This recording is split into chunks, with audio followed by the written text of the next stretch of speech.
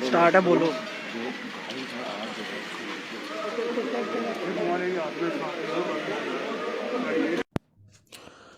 ओम शांति। दुखद बड़ी खबर इस समय की आपको जीएमसी जम्मू से दिखाने की कोशिश कर रहे हैं। यहां पर 21 साल का प्रिंस जो कि रजौरी के डांगरी आतंकवादी हमले में जख्मी हुआ था और उसका इलाज जो है वो जीएमसी जम्मू में यहां पर चल रहा था। लेकिन आज सुबह के वक्त उस वक्त एक दुखद बड़ी खबर सामने आई जब 21 साल के प्रिंस ने सुबह लगभग 4:50 पे जो है वो अपनी आखिरी सांसें ली और इस दुनिया को जो है वो अलविदा कह दिया। दुखद बड़ी खबर और तस्वीरें आप देख सकते हैं जीएमसी जम्मू से। यहां पर अंतिम यात्रा जो है वो आज 21 वर्षीय प्रिंस की जो है वो जीएमसी जम्मू से जो है वो निकाली जा रही है।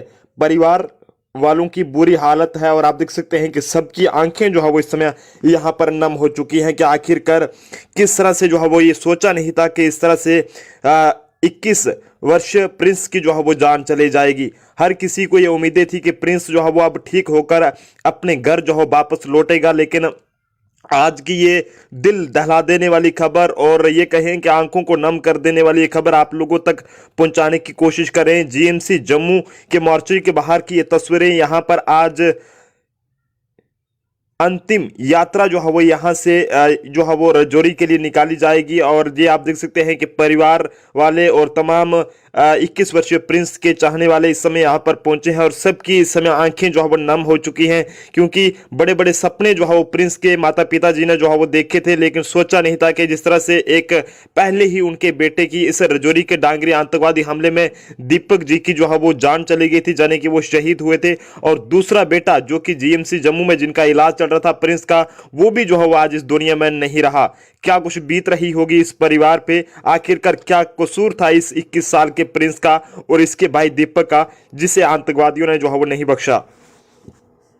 श्रद्धांजलि के लिए आज रजौरी जो है ले जाया जा रहा है, लेकिन खबर है कि इनकी हालत काफ़ी ज़्यादा गंभीर बन गई थी।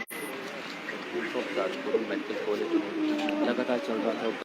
21 वर्षीय प्रिंस के परिजन इस समय यहाँ पर मौजूद है और माँ की हालत आप देख सकते हैं कि किस तरह से इस समय रो रो कर जो है वो बुरा हाल यहाँ पर है और हर किसी की आंखें नम हैं। और आप सब लोगों को यही कहेंगे, आप सब भी ये दुआ कीजिएगा कि 21 वर्षीय प्रिंस जो कि आज इस दुनिया में नहीं रहे, उनकी आत्मा को जो है वो शांति मिले।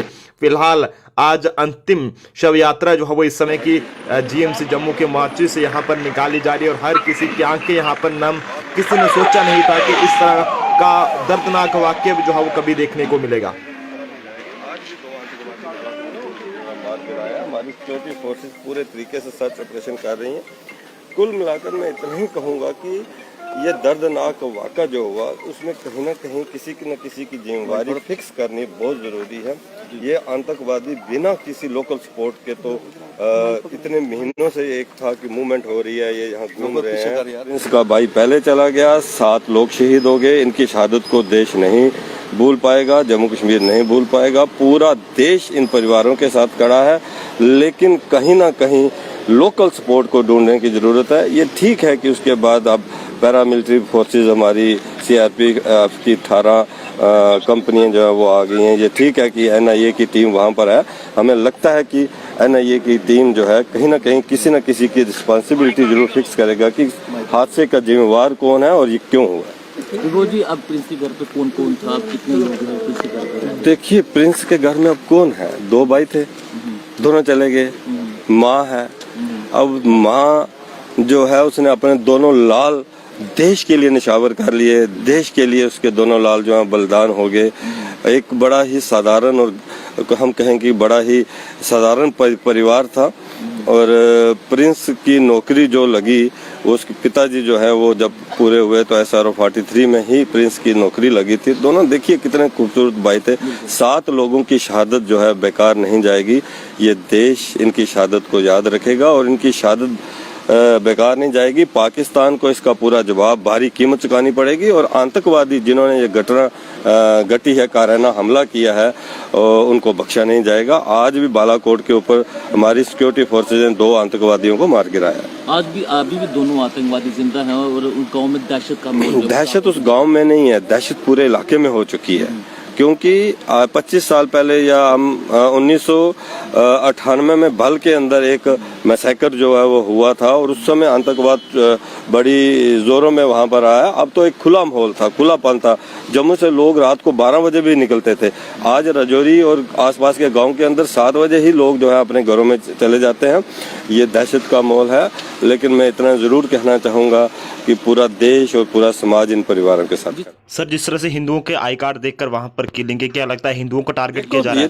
ये तो बिल्कुल साफ बात है कि पाकिस्तान तो ये चाहता था, पहले भी चाहता था। जैसे कश्मीर में हिंदुओं को निकाल दिया गया, कश्मीर हिंदू विहीन कर दिया गया। पाकिस्तान की ये तो हमेशा सोच रही है कि किसी तरीके से राजौरी पुंछ के अंदर से भी हिंदू जो है वो माइग्रेट कर जाए, वहां से निकल जाए। लेकिन राजौरी पुंछ के मुस्लिम समाज ने मिलकर इस लड़ाई को लड़ा है। आपने देखा होगा कि डोडा, भद्रवाह, किश्तवाड़ जो है वो बंद हुआ, राजौरी पुंछ जो है पूरा बंद हुआ और मस्जिदों से पहली बार मस्जिदों से जो है इस हादसे को लेकर पाकिस्तान को जो है खरी खोटी जो है मौलवियों ने हमारे सुनाई है।